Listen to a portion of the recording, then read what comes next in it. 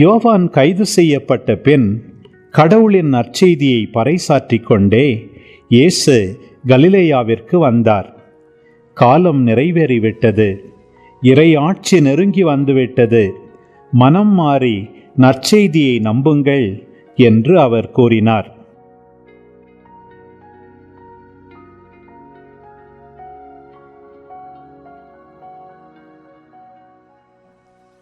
அவர் கலிலேய கடலோரமாய் சென்றபோது சீமோனையும் அவர் சகோதரரான அந்திரேயாவையும் கண்டார்.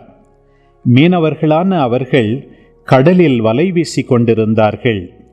இயேசு அவர்களை பார்த்து, என் பின்னே வாருங்கள், நான் உங்களை மனிதரை பிடிப்பவராக்குவேன் என்றார்.